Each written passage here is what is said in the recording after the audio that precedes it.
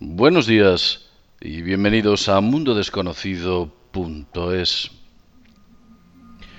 Muchos de vosotros me habéis pedido que hable de Ucrania y la posibilidad de que de aquella zona exista o surja un conflicto nuclear, principalmente debido al conflicto por la disputa de la península de Crimea entre la propia Ucrania y Rusia. Sé que para hablar de todo esto lo primero que debemos hacer es hacer historia. No os podría contar todo este tipo de sucesos si no rememoramos un poquito qué es lo que han ocurrido, digamos que de unos años a esta parte.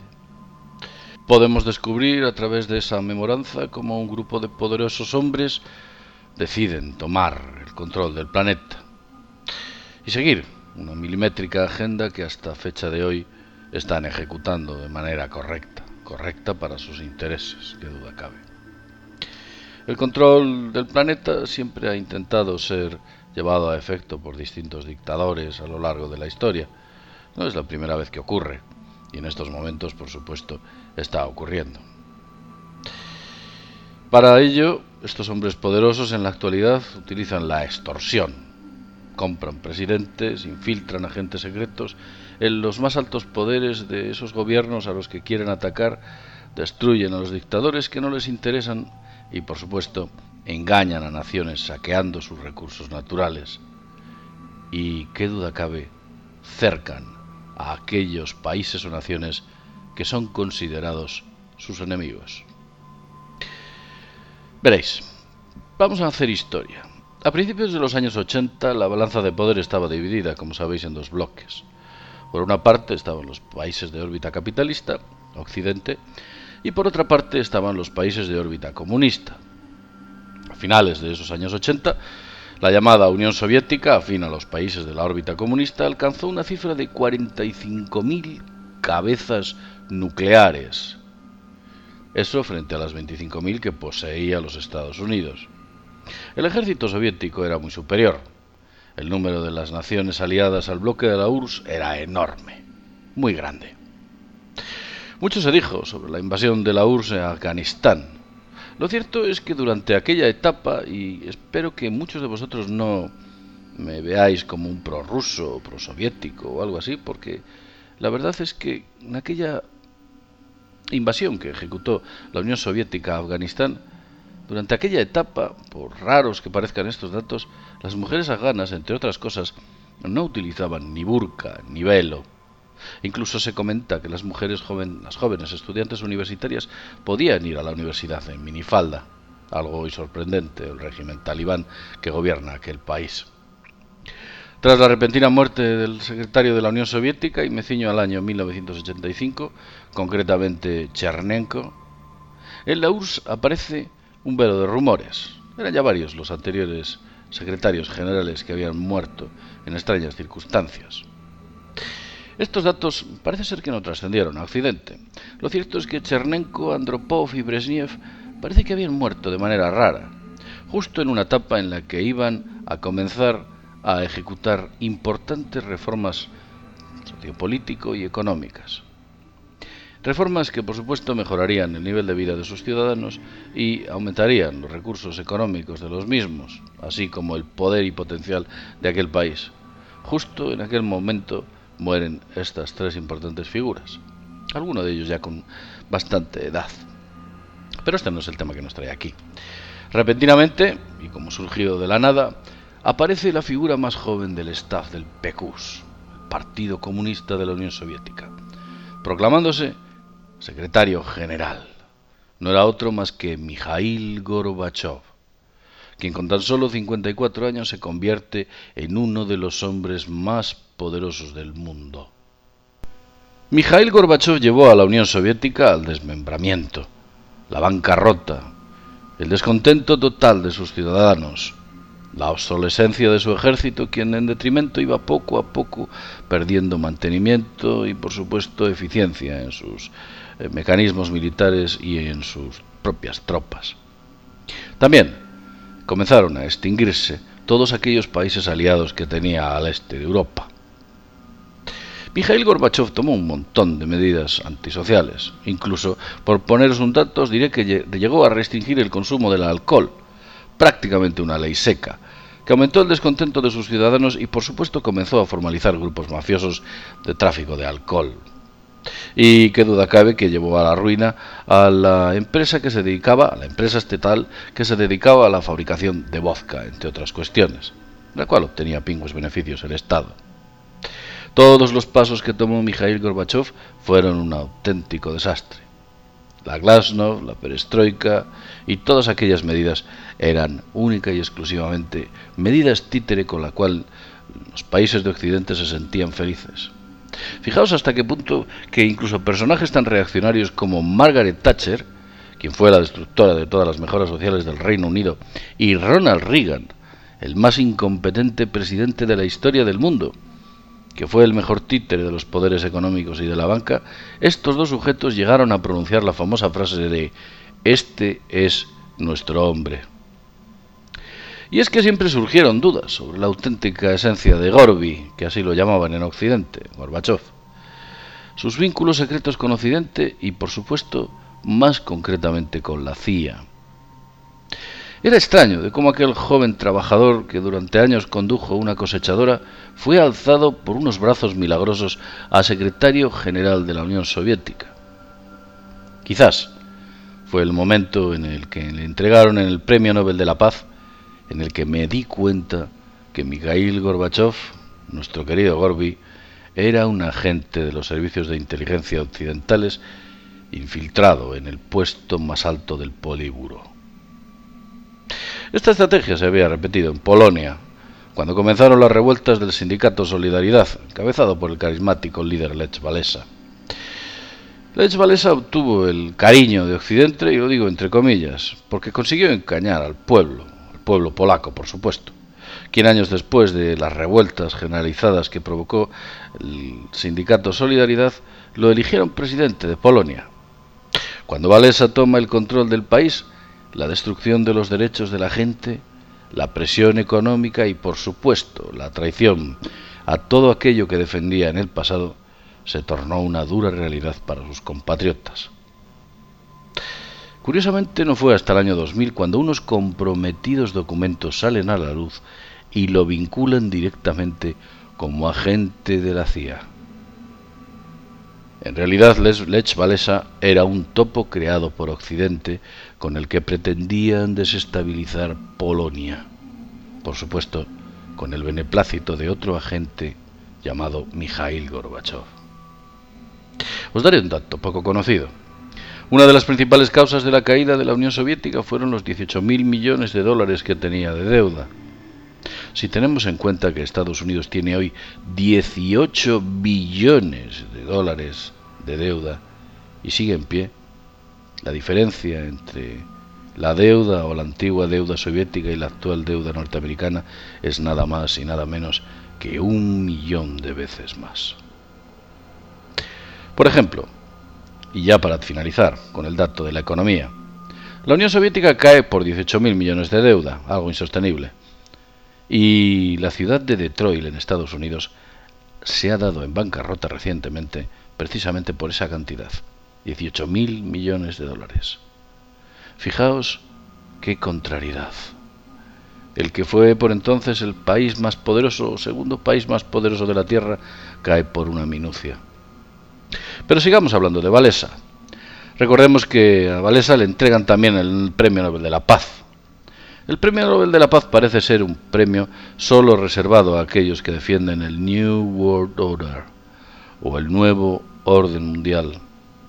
Personajes artífices de guerras como fueron Barack Obama, la Unión Europea y por supuesto Henry Kissinger son los que reciben este tipo de homenaje notorio. Y es que las secretas técnicas de infiltración habían sido ya denunciadas por Kennedy muchos años antes. Me gustaría que escuchaseis sus palabras. La sola palabra secreto es repugnante en una sociedad libre y abierta. Y nosotros somos gente inherentemente e históricamente opuestos a las sociedades secretas, a los juramentos secretos, a los procedimientos secretos. Hemos decidido hace tiempo que los peligros excesivos e injustificados del ocultamiento de hechos concretos por mucho, superan los peligros que son mencionados para justificarlos. Aún hoy hay un escaso valor en oponer la amenaza de una sociedad cerrada mediante la imitación de sus arbitrarias restricciones. Aún hoy hay escaso valor en asegurar la supervivencia de nuestra nación si nuestras tradiciones no sobreviven con ellas. Y ahí hay un gran peligro de una anunciada necesidad por incrementar la seguridad, que será aprovechada por aquellos que están ansiosos de expandir sus consideraciones sobre lo que los verdaderos límites de la censura oficial y la ocultación deben ser. Esto no lo voy a permitir hasta donde mi dependencia y ningún empleado de mi administración, sin importar su rango, alto o no, civil o militar, debería interpretar mis palabras esta noche no como una excusa para censurar las noticias o reprimir a los que disienten, para cubrir nuestros errores o mantener ocultos hechos de la prensa y al público que deberían saber, dado que estamos alrededor del mundo en contra de una monolítica y cruel conspiración que descansa primariamente en el ocultamiento de los hechos, en expandir su esfera de influencia, en infiltración en lugar de la invasión, en subversión en lugar de elecciones, en la intimidación en lugar de la libre decisión y la guerrilla nocturna en lugar de los ejércitos diurnos. Es un sistema que ha acumulado vastos contingentes recursos humanos y materiales. Anidado herméticamente, una verdadera maquinaria altamente eficaz que combina operaciones militares, diplomáticas, de inteligencia, económicas, científicas y políticas. La preparación de estas actividades son secretas, no públicas, sus errores son solayados y enterrados bajo un manto de silencio, y no publicados en la prensa. Sus disidentes son silenciados, nunca elogiados, ninguna inversión es cuestionada, ningún rumor informado, ningún secreto revelado. Creo que Kennedy deja muy claro en este discurso que existen poderes por encima del presidente y por encima de los gobiernos que controlan y quieren hacerse con el poder total del planeta. Poderes que, por supuesto, están por encima de coaliciones políticas, movimientos geoestratégicos y cualquier tipo de cuestión que os podáis imaginar. Por encima de la derecha, de la izquierda, del centro, están por encima de todo. Su único objetivo es controlar y dominar el mundo, hacer de nosotros esclavos. Pero vamos a seguir contándoos la historia. Centrémonos. La URSS ya por entonces había desaparecido. Su casi siempre ebrio nuevo líder Boris Yeltsin, un auténtico borracho, era el candidato perfecto, o el perfectamente manipulable. Aquel, nuevamente desconocido, ¿os acordáis de Boris Yeltsin cuando se subió a un carro de combate para dar un discurso en el golpe de Estado de 1991? Como si de un héroe se tratase. Nada más lejos de la realidad. Este era un hombre cobarde que no dudó en asesinar a Dudayev. A Dudayev lo asesinó con un misil de tecnología norteamericana que dirigió hacia su teléfono móvil cuando estaban entablando ambos dirigentes una conversación de paz. Es curioso cómo aquí los norteamericanos vuelven a cooperar para acabar con aquel líder checheno, aquel carismático líder checheno. Con el tiempo, un nuevo líder surge del KGB. Aparece en escena Vladimir Putin, un hombre de mano dura que no se deja doblegar por las presiones occidentales, que recoge los escombros dejados por las mafias neoliberales que surgieron principalmente en la extinta Unión Soviética, plagada de nuevos millonarios bajo el auspicio floreciente de la corrupción dejada por tantos años en la URSS, en la etapa de Gorby y por supuesto en la de Yeltsin. Vladimir Putin es sabedor del objetivo de Occidente y en especial el del de Estados Unidos. Quiere tomar y desestabilizar Rusia y comienza a plantear pactos con China, algo inusitado debido a las diferencias políticas entre ambos países ya por entonces. El pacto con China incluía desde relaciones bilaterales económicas a múltiples maniobras militares conjuntas, así como el numeroso intercambio armamentístico y de tecnología de esa naturaleza. Todos los países del bloque del Este fueron tomados por Occidente de una u otra manera, haciéndolos afines al bloque de la Unión Europea o afines a los intereses norteamericanos.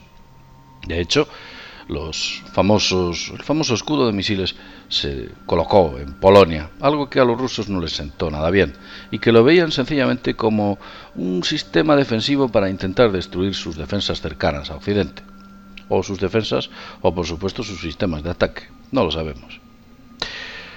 Como ya he dicho, todos los países son tomados, y aquellos que no son tomados, porque no se dejan someter y deciden ir a su aire, como ocurre con Yugoslavia, pasan finalmente bajo el control de la OTAN con la llamada Guerra de los Balcanes.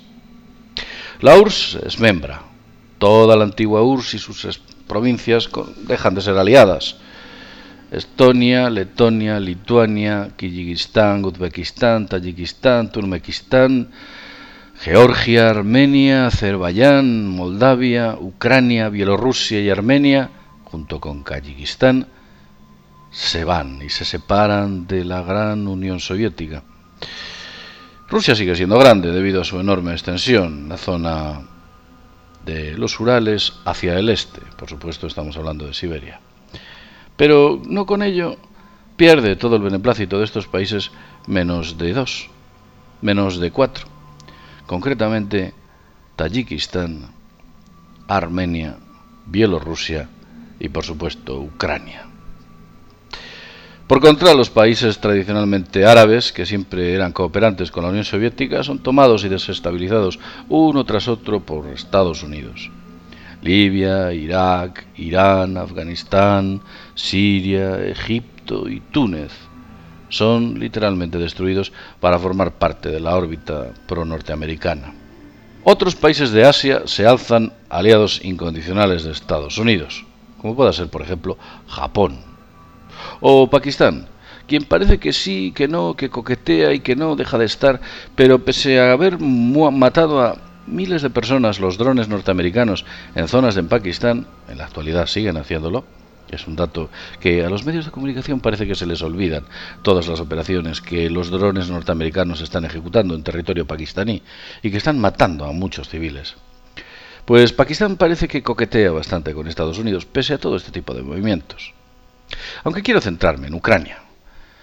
Pero antes de hablar de Ucrania y concretamente del interés que existe en esa importante zona geográfica, os diré que han sido ya muchos los miles de millones de rublos que Rusia ha perdido con pactos económicos bilaterales, acuerdos de explotación que se perdieron, intercambio tecnológico que nunca llegó a sucederse o incluso, por supuesto, ubicaciones estratégicas que debido a los movimientos de Occidente vienen tomando desde el fatídico 11 de septiembre de 2001.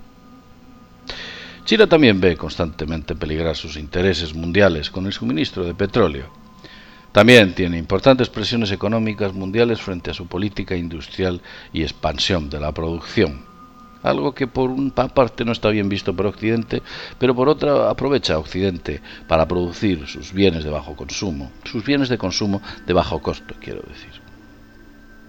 Ucrania ha sido siempre un aliado indiscutible de Rusia. El presidente elegido democráticamente, Víktor Yanukovych, con 1,5 millones de votos, concretamente el 49,46% de la población votó al señor Yanukovych, obtuvo sobre todo los votos entre los trabajadores e industriales del este y el sur del país, como ya dije en otro videoprograma. Fue apoyado por el presidente Vladimir Putin.